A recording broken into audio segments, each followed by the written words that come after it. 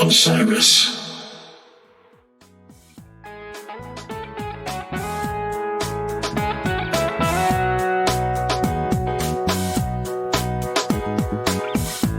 What's going on, everybody? This is The Drop. It's Friday, July 21st. Thank you so much for joining. I have a really cool interview coming up with Alan Paul, who wrote a new book about the Allman Brothers Band, about the album Brothers and Sisters. The book is called Brothers and Sisters. He's going to tell you about it. You're going to hear that right after this very brief intro. I want to tell you that if you're going to see Fish at the Mann next week, we are doing a bunch of cool stuff with the Ardmore Music Hall. If you want to come hang out with me, Tom, and the Osiris team on Tuesday, before the show, we're going to have a shuttle from the Ardmore to the Mann. You don't have to worry about parking or all that stuff. We're going to have Iron Hill Brewing is going to have some beer. I'll be there with a bunch of friends, and we're going to take a shuttle to the Mann and then get a shuttle back to Ardmore from the Mann after the show. And then there's a late night show, DJ Brownie, my friend, Mark Brownstein, and then the Funkin' Bowl All-Stars are going to play, local band, great band. Wednesday, we are going to have an HF Pod live quick hit recap, me and Megan, possibly some guests, and then Cal Kehoe's solo band. They've only played a couple times. This will be, I think, their third time out. They've just recorded some songs, been writing a lot. Cal's awesome. And then we're going to do the shuttle again to and from the Mann. So if you're coming to the Mann and you want to come hang out with us, check out osirispod.com/Philly for more details. On Saturday, August 5th, we are going to have an HF Pod 10th anniversary party in New York. That's the afternoon of the last Fish show of that MSG run. I'll be there with Megan and Tom and Jonathan and Brad and Matt. It's going to be wild. We are going to have an all-star band. If anyone heard or saw the music that we did last December at the Ardmore Music Hall to celebrate Undermine, that was a Fish kind of 97 style set. This is going to be a Fish 2013 style set with some other tunes and some special guests. So if anyone's around, that's going to be 3 to 5 p.m. before the show in the afternoon. You can check that out. That'll be at the Bitter End. Okay, so let's get to this interview with Alan Paul, who wrote this awesome book on the Allman Brothers Band, and I'll see you back here next week. Thanks for tuning in. Peace. All right, I'm here with Alan Paul. Hey, Alan, how's it going? It's great, RJ. How are you? Thanks for having me. Yeah, glad to talk to you. I know we've talked over the years about a lot of different projects and ideas, and all the while you've been working on these books, or at least this book and others. I know you've written several, and this book's called Brothers and Sisters, and it's about ostensibly about the making of that Allman Brothers album, but it's a lot, broader than that. And happy to talk to you about it. I got to read it, and I think it's great. There's so much detail, and I think you create the kind of like scene of that time with the band. And so it was really fun to read. I guess so people know, and it's coming out in a couple weeks, July 25th. You can pre-order it now, and there are signed copies available. Where are those available, Alan? We're at Words Maplewood Bookstore and at the Big House Museum from the Allman Brothers, which is Merch Mountain, does the merch for Blackberry Smoke and the Allman Brothers and a bunch of other bands. And you can find links to all of that on my alanpaul.net website or my Facebook page, if that's easier for anyone. Awesome. And we'll link to that. So, you've written about the Allman Brothers before, and I know you're familiar with their music and a lot of other music. What made you want to write about this particular album in this period?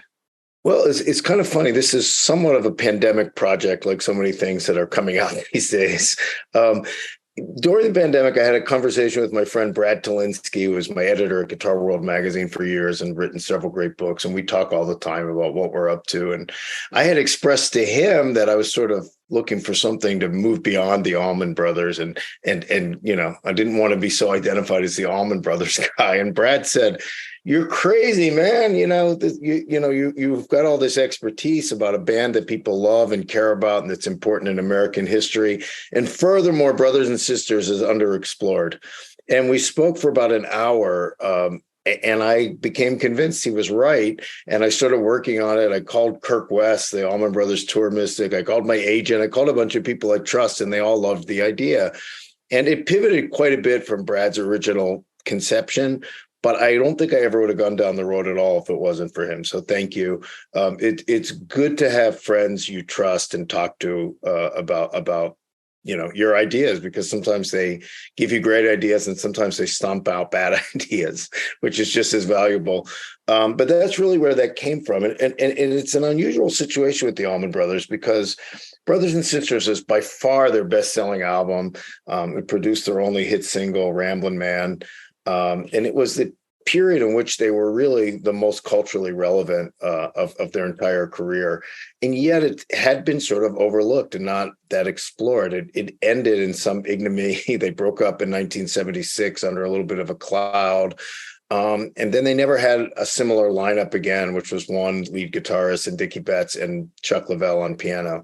When they did reform in 1979 and then more successfully in 1989 with Warren Haynes, they went back to the original lineup of two guitarists and were very much known as a guitar band.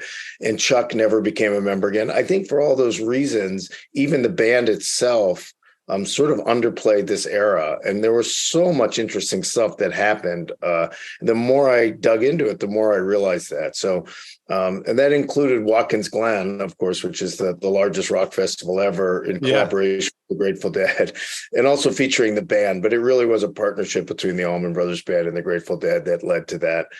It's the 50th anniversary right after the book comes out. So that was really fun to explore. It was also not just Watkins Glen, but other shows, including two at RFK Stadium with the Dead. That was when their relationship peaked. So I explored that in depth. And then it led to the formation of Southern Rock. I explored that in depth. So I thought it was just a really fascinating time. They were involved with the Jimmy Carter campaign. They were involved in Indian rights activism, all of this stuff going on. And then Greg getting married to Cher, Geraldo Rivera popping in and out. I mean, there's just a fascinating cast of characters that made it super fun to dig into. That's awesome. And I would consider myself an Allman Brothers fan. I listen to live shows mostly, but albums, I listen to Phil Maurice or Eat a Peach. And I'm not that familiar with his album, which is kind of strange given that, like what you said about it, the popularity. But I guess there's so much drama that happens. And I'm, again, like very familiar on the surface with all the ups and downs, but so much happened right at that, in that, whatever, I think it was like 6 months or 9 months leading up to the recording of the album. It's insane how much like personal turmoil they went through. Maybe it's a little longer than that, but it's a pretty compressed time period there that you document. And I know you tapped into some new kind of documents and archives, but you also used a lot of the stuff that you've gathered. So is there anything you learned about that time where like all that, the deaths and the rebirths and the, breakup? I mean, there's so much happening. Does anything like surprise you given how much you already knew about them? Yes. I mean, a ton surprised me, which is exciting because every time I would learn something new or more depth to something I already sort of knew would just thrill me, because I just know that if it's new to me, it's pretty much probably going to be new to every reader. There were even things that I learned and would call up Kirk West, who did, Kirk, for those who don't know, was the Allman Brothers tour mystic and really an essential figure in the band from when they reformed in '89 until he retired from the road in 2010. He's their archivist, he was their historian, he was their photographer, he was the road manager, he was the link to fans, he was the guy who allowed taping. The band itself didn't. Kirk was an old deadhead who completely understood taping. And so when he became the tour manager and they would go out on the road, he would just, without even discussing it with the band at first, he just told security at every venue to allow taping, which was a key transition point for the band. So I learned things in this book that Kirk didn't know. So when Kirk would tell me that he learned something, that was like, I don't know, that was like being in 6th grade and getting a gold star on your forehead or from the teacher. That was as good as it gets. Very exciting. And part of that reason I was able to tap into so much new material was because of these interviews Kirk had done himself, mostly in 1986 and 87 when the band was broken up. He was writing a book and traveled around and interviewed all the band members and many other people. He had never written the book yet, and then they reformed in '89. He got hired, started doing all that stuff we talked about, and because he was an employee of the band, he never wrote the book. So when I told Kirk about this book, which I already had signed the contract for and was starting to work on, he offered me his tapes, which were just incredible, just incredible. They became more central than we realized they would be, even because they were such a treasure trove. And that is part of why, along with in-depth archival research, at the Jimmy Carter Museum, at the Macon Library, which has this incredible Allman Brothers archive, I was able to get so much new information and more depth on things I already knew. For instance, on these interviews with Greg, in the interviews with Greg by Kirk, he talks at length about Dickie Betts and how much he admired him and how Dickie pulled the whole thing out of the fire. And these were things that fans knew and understood, but Greg himself had never, that I had seen or anyone had seen, addressed it so thoroughly. And of course, their relationship became very contentious. And in 2000, finally, it reached an irreconcilable point. Dickie was out of the band. And after which, things became more and more contentious in the way they would talk about him. So to hear Greg talk about his love of Dickie and Dickie's strength in the post-Duane era and how that allowed them to keep going was really sort of gobsmacking, even though it wasn't new information. It was new to hear Greg say it, which was very significant. That's just one example. There were a lot of other things that were absolutely just brand new. That's really cool. Yeah. And I think the death of Duane obviously rocked the whole band. And I didn't know as much about the inner band dynamics. But it seems like that immediate period, if he had lived, it would have been a completely different band and a completely different direction and different music, even. 100% completely different. In a way that's, you can't even, it's hard to even imagine what it would have been, but it would have been very different, without a doubt. And it's one of the most amazing pivots in rock history, although it doesn't appear so on the surface, because Duane was an interesting character in which he was the unquestioned leader, but he wasn't the singer and he wasn't the songwriter. Yeah, right. And right. They still had Dickie Betts and they still had Greg Allman. Greg and Dickie were the singers and they were the songwriters. And so that enabled them to keep going. I mean, they still had this great creative force. They still had the singers. They still had the songwriters, which is what most people associate with being the band, or they keep people off the band. But Duane was the motivator. He was the guy who dealt with the management. He was the guy who kept them going. He was the guy who united very different personalities, although everyone might not have had the closest friendships personally.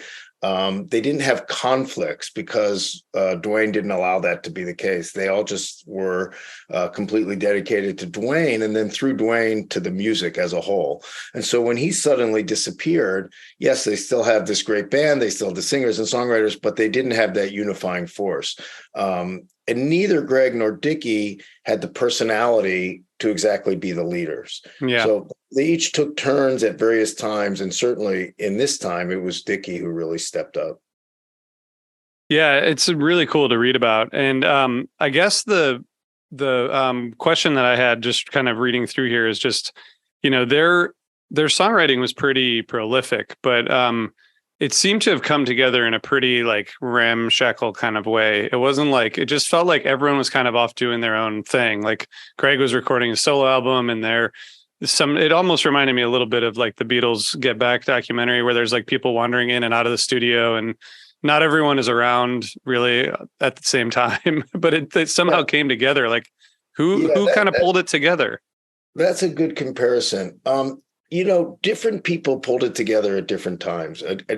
But ultimately on this album, on Brothers and Sisters, it was Dickie Betts, because Greg was sort of out to lunch. He was emotionally adrift. He had lost his brother. He was struggling with his heroin addiction. But at the same time, he was incredibly creatively fertile. So it's not that cut and dry, because he also was recording Laid Back, which was his first solo album and really his best solo album, I think it's safe to say, of his career. So it's a little bit of a contradiction to say Greg wasn't all there, because at the same time he was recording two fantastic albums, and so it's hard to reconcile that. But I think I do. So I think when you read the book, it makes sense. It explains it. Greg was sort of the creative energy he had was more so going into Laid Back. Come and Go Blues is the one big exception. I mean, that's the song, I'm sorry, that he wrote for Brothers and Sisters and played, that I think is an absolute classic. And that really stands the test of time. But most of the other creative energy on that album was coming from Dickie. He wrote Jessica, he wrote and sang Ramblin' Man, which are probably the two landmark songs of the album. And really in the rock pantheon. Yeah. Also Southbound, Pony Boy. So Dickie really sort of took the reins as the leading creative force, which eventually Greg would come to resent a bit, but in real time, it wasn't really a struggle. It was just that Greg wasn't doing it and Dickie did. Yeah. Yeah. Do you think that they were prepared or anticipated this album being as successful as it became? Not really, but one of the things I realized in writing this book that I hadn't fully understood is that it didn't come out of nowhere. So the June 9th and 10th, 1973 shows with the Grateful Dead at RFK Stadium, 83,000 people in 2 days. That's 2 months before the album came out. Then, a month later, they played 2 sold-out shows at Madison Square Garden, right before Watkins Glen, where they go and do 600,000+. Obviously, that wasn't just the Allman Brothers. It was the Grateful Dead. It was the band. It was the whole event. But they were surging. That all happened before the album came out. And so it's not like they were a club band and they had a hit single and became this giant thing. It was building. But it was the success of Ramblin' Man that kicked it up to a major degree. And I think younger people, something that they can't understand, I try to explain this to my kids all the time, but people a lot older than my kids still, when something became a hit in that time, it really was ubiquitous. I mean, as popular as you look at a band like Phish, they can sell out all these things. Most of America doesn't even know what a Phish song sounds like. You could even take a Beyonce or Taylor Swift. I mean, tremendous stadium acts with huge followings and popularity. But I bet a lot of people listening to this couldn't think of 10 Taylor Swift songs or Beyonce songs or know what they sound like. And I'm only saying that because when a song became a hit, then we didn't have so many choices of what to listen to. So when something became huge on the radio, you just heard it over and over and over. You might not have loved it, of course, but you knew it. And Ramblin' Man was the first song that the Allman Brothers did that had that kind of hit impact, and became an AM radio hit. At the time, a lot of cars only had AM radio, and they had really limited playlists. So when a song became a hit, it played like every 45 minutes. I was quite young myself, but I remember it. I mean, you would just hear Ramblin' Man everywhere. Like pull into a gas station and there's a car playing Ramblin' Man. Everywhere you went, you just heard it. So there could be a ubiquity to culture in a way that is a bit lost to us now for both better and worse. I mean, I think there's some great, wonderful things about the way things run now, including the access to everything we want at any time. Just wasn't the case then. Right. So we're in the 50th anniversary here of 73, right? I mean, I hope that this was all coordinated to that your book release was coordinated with the release of this RFK 73 show, which just came out a couple months before this album. But we're all like, between the 50th anniversary of a lot of 73 albums and releases, we're kind of reliving 73 in some cases. But my last question or observation, I just still feel like the Allman Brothers are kind of underappreciated in popular music. And like this book helped me see in more detail just the songwriting focus and the talent of these guys. Because I think even though I've listened to them my whole life, like I still don't think of them as necessarily like, a songwriting band. I think of them as like awesome performers. And I'm just wondering, like, do you think that they're underrated in like the, a broader musical sense? I mean, I do think they are, but I don't think that they had an ability to snatch victory or snatch defeat from the jaw of victory over and over. I mean, they made a lot of missteps, so some of that is on them. Some of it is just a weird cultural thing, Mm-hmm. I think the Grateful Dead is an exception that proves the rule. I mean, they somehow were able to transcend everything. I mean, they had a lot of the same personal dramas and problems, and they somehow were able to overcome it, keep this organization together, and keep going, and become have this second, third, fourth lives, and become the stadium band that they were, and that against all odds sort of are again. I mean, if you want to look at Dead and Company as the extension of the Dead. But in terms of the songwriting, I think that's true. But I think you can say the same thing about the Dead. I mean, people think about them as their great soloing and improvisation and jamming and everything. But I mean, I believe the reason that they had the impact they had is because of the great songs that was all based around. I mean, and American Beauty and Working Man's Dead are, have parallels to things that the Allman Brothers were doing, and they were all influencing each other. And the band had a huge influence with music from the Big Pink. Yeah. And I think that songwriting really is the key. And I think that's what elevated the Allman Brothers Band and the Grateful Dead amongst so many others. In different settings, certainly Garcia and Robert Hunter could have been making great Americana country albums if that's what Jerry had wanted to do. And Greg Allman could have been a singer-songwriter if he had not joined the Allman Brothers Band. Dickie Betts maybe could have been an outlaw country star with Willie Nelson and Waylon Jennings. Because people don't just write Ramblin' Man or Midnight Rider, right? Or Friend of the Devil or Direwolf. For this, put those in the same sort of category. I mean, these are fantastic classic songs that belong in the American Songbook, and that is really what elevated, to me, both of those bands. And then, of course, there was the great instrumentation and jamming. I don't mean to overlook that, but it's the combination of the two that made both of those bands so special. That's awesome. Thanks for going into that. And thanks for this book. I mean, this is a great read, and I hope people are able to check it out. We'll put a link to your website where they can find everything, alanpaul.net. But super happy for you, man. And I hope the rest of the launch goes well. Thank you so much, OJ. I really appreciate it. I love what you guys are doing, and I appreciate the support and being part of the family and being able to reach out to your family, because it's a great community. Oh, thanks, Alan. Thank you. And everyone check this out, Brothers and Sisters. It comes out on July 25th. Thanks, Alan. Thank you, RJ.